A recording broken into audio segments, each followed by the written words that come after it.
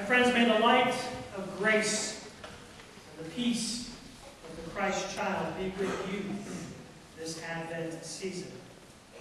Amen.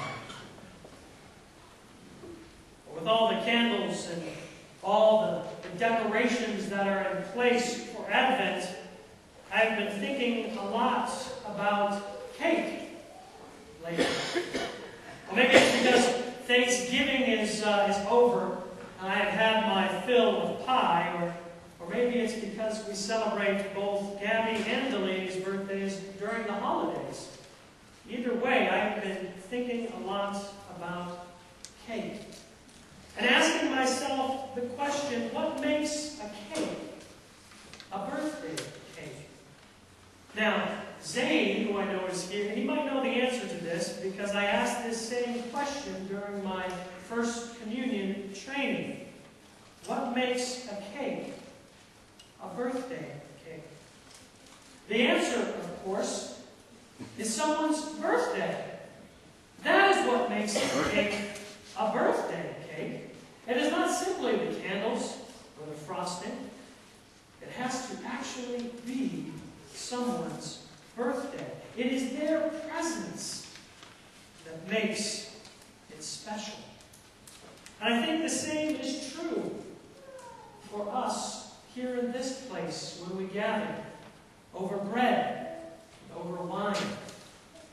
When we celebrate together with the Wymans over water. The water that we use in our baptismal font today is just water. Or is it? It is water that has been promised, right? It is water that carries the promise of God's presence. God's promise to be with us daily in the waters of our baptism. And the same is true in our wine and in our bread. So it is the presence that is significant. It is the presence that makes it sacred. And it is that real presence that we await in Advent, isn't it? That is the anticipation that the real presence of God, made manifest in the Christ child, might also come unto us. In his book, Simply Christian, Why Christianity Makes Sense, N.T. Wright suggests that reappearing might be a better term or phrase that we should use during Advent, and one that he says was used by many early Christians.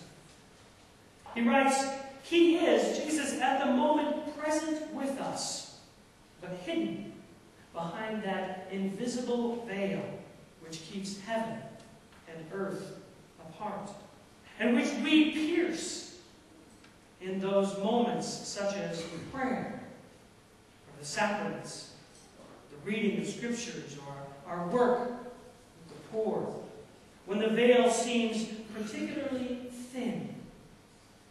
But one day, the veil will be lifted, earth and heaven will be one. Jesus will be personally present, and God's new world will be in place. This is what we await. The reappearing of Christ. Those thin places where the light shines through, where we get glimpses, mere glimpses of the kingdom now. Almost like light shining through stained glass, or like a beautiful desert sunrise. You know, this idea of reappearing kind of reminds me of Charles Dickens' famous tale, Christmas Carol. Ebenezer Scrooge experiences some of those thin places as he is visited by spirits who keep reappearing and who help him to put his past and his present in proper perspective, as well as give him a very sobering view, right? A vision of the future that calls for him to have a change of heart. As such, Ebenezer throws open the shutters on Christmas morning, and the light and the hope of a brand new day comes streaming in. Barbara Rossing, a Lutheran pastor and professor at the seminary in Chicago, uses this same imagery of Ebenezer in her book, The Rapture Exposed, to describe how apocalyptic writing is used to bring about positive change rather than simply fearful obedience or prediction. I think our gospel lesson for today intends to do the very same thing. As we can see, it is also reflected somewhat in the Ebenezer story. Jesus talks here of signs and uses end times imagery to inspire a change of heart, to invite his followers to stand up, to raise their heads as the light of their redemption draws near.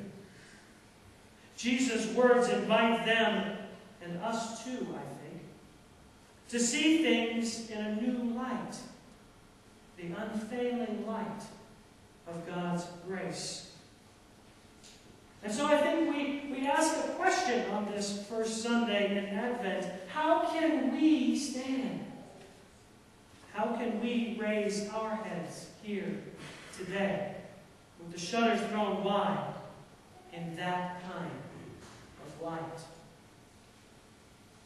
I think Marty does perhaps the best job of answering that Advent question in his little book that he writes with his son, Micah Marty, The Promise of Winter. There's a wonderful Advent resource that we will be using again during our Wednesday night services this year. And so I share with you this morning his answer. He writes, "In the dark, one is weak, and desiring strength turns to the light. What matters, what makes all the difference, is the turning.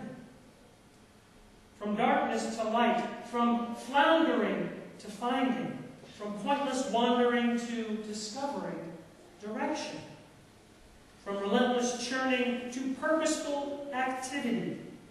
These are the promised moves. We realize them now in confidence. Now this confidence does not come from a self-lit inner glow, but from the lasting light that shines from outside ourselves. Such dawning comes with the radiance of God's Son and God's Son." What a marvelous way of understanding. The anticipation, the waiting, the turning toward the light as we begin Advent together. Brothers and sisters, may you be inspired this Advent to turn and to look to the horizon. May you recognize the unfailing light of God's grace, which reappears daily in our lives. A light that we can stand in when we are open to the real presence of Jesus, the Christ child, who is both promised and present. Thanks be to God.